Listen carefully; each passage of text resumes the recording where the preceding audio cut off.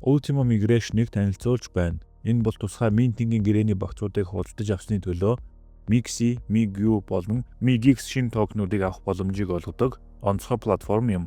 Багцуудын төлбөрийг таны өмнөх үеийн бүтээгдэхүүнүүдийн fiat, BTC болон USDT-гээр хийсэн түүхэн худалдаа авалтын төлөө нэгтэй тэнцвэрийн харьцаатай олгосон PLC, PLCU нэмэх нь PLCUC болон PLCUX-ийн еврогийн дааснаас хийн.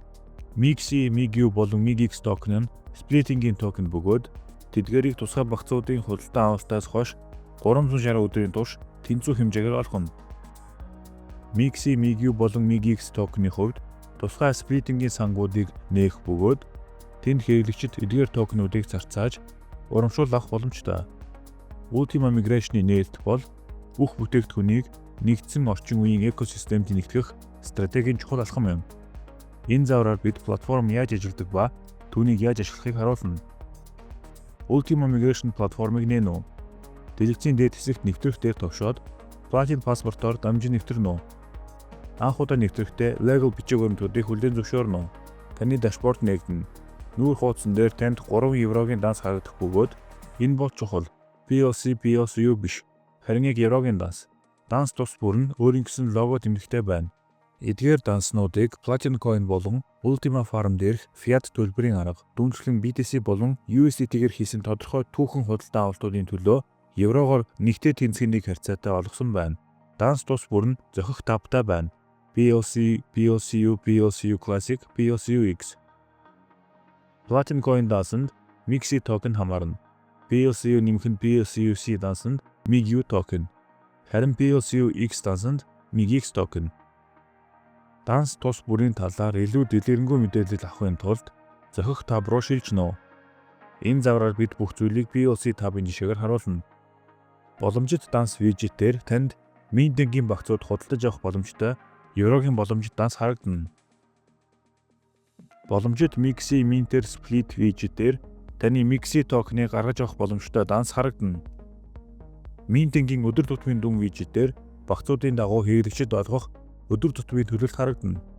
Минтерийн ахиц дэвшил буюу Minter Progress виджетээр худалдаж авсан багцын хүрээнд хэдэн Mixi, MiGU эсвэл MiGX токен үүсгэсэн харагдана. Гэрээний доо буюу Contracts Amount мөрд худалдаж авсан багцын доо харагдана. Харин Minting дуусах огноо буюу Minting Till мөрд хэрэглэгчийн төлөлт авч дуусах өдрийг зарна. Одоо платформ дээр данснууд яаж бүрэлдэх талаар ярилцъя. Тооцоолол хийх үед fiat төлбөрийн арга, дүүнчлэн BTC болон USDT-гээр хийсэн худалдаа авалтуудыг харгалзаж үзсэн. Төлбөрийн өөр аргаар хийсэн худалдаа авалтууд тооцоолол багтаагүй. T-Cash, бонусын данс, MLM бонус, бэлгийн багцууд болон бусад аливаа fiat бус механик. Гүйлгээнд үн буюу price болон олгосон дүн буюу credited amount гэсэн талбарууд бий. Олгосон дүн дашборд дээр танд харагдаг эцсийн еврогийн дансыг бүрдүүлдэг.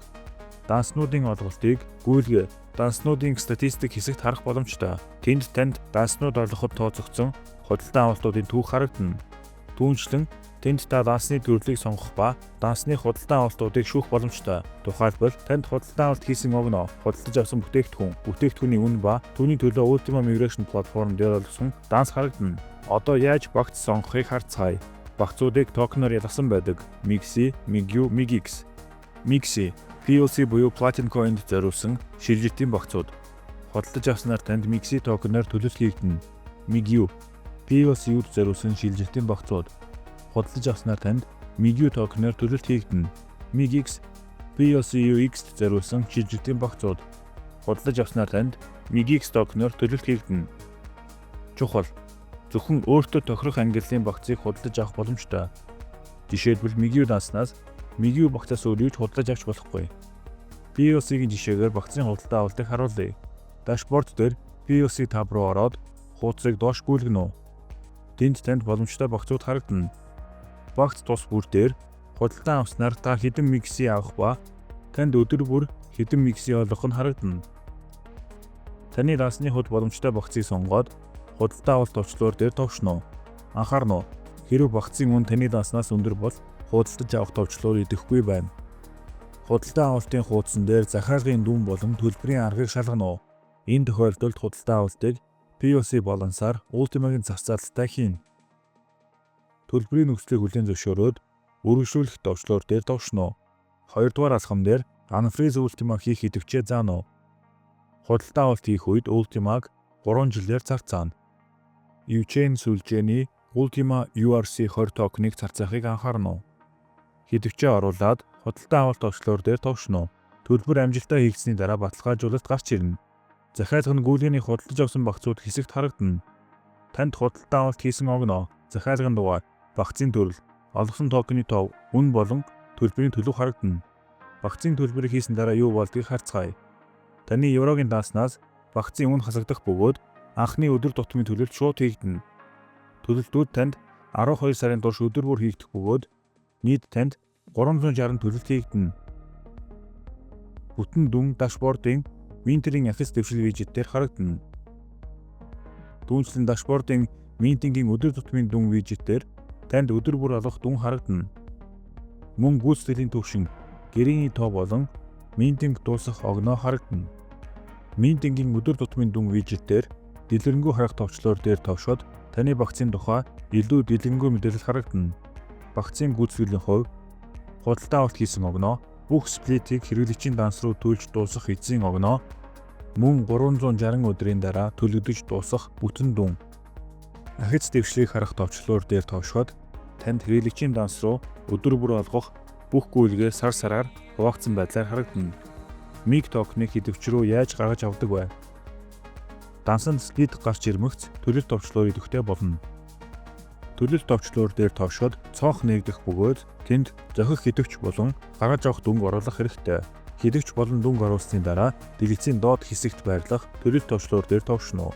Төлөлт хийгдэж дууссаны дараа танд гүйлгээний төлөв, pending амжилттай ID, идэвч, дүн болон гүйлгээний хэш харагдана. Хэшээр домч руу шилжих боломжтой. Мөн төлөлтийн гүйлгээ нь гүйлгээ хэсэгт харагдана. Анхаарна уу? Ultima Migration платформ дээр төлөлтийн өдрийн лимит байхгүй. Түүнчлэн төлөлтийн шимтгэл суудахгүй. Одоо авсан Mig токеноор юу хийх талаар ярилцъя. Mig токеныг сонгодог сплиттэй мөн адил зарцааж, сплитингийн технологийн тусламжтайгаар урамшуул авах боломжтой. Одоо энэ үйл ажиллагааг Ultima сүлжээ Smart Wallet-д хийх боломжтой байна. Цаашид сплитинг нь Evchain сүлжээний U-Wallet хэвчэнд боломжтой болно. Энэ заавраар бид та бүхэнд Ultima Migration платформыг танилцуулж, түүнийг яаж ашиглахыг харууллаа. Хэрэг танд асуух зүйл үлдсэн бол та шууд Ultima Migration-ийн сайт дээр дэмжлэг хэсэгт дэмжлэгийн албанд асуулт тавьж болно.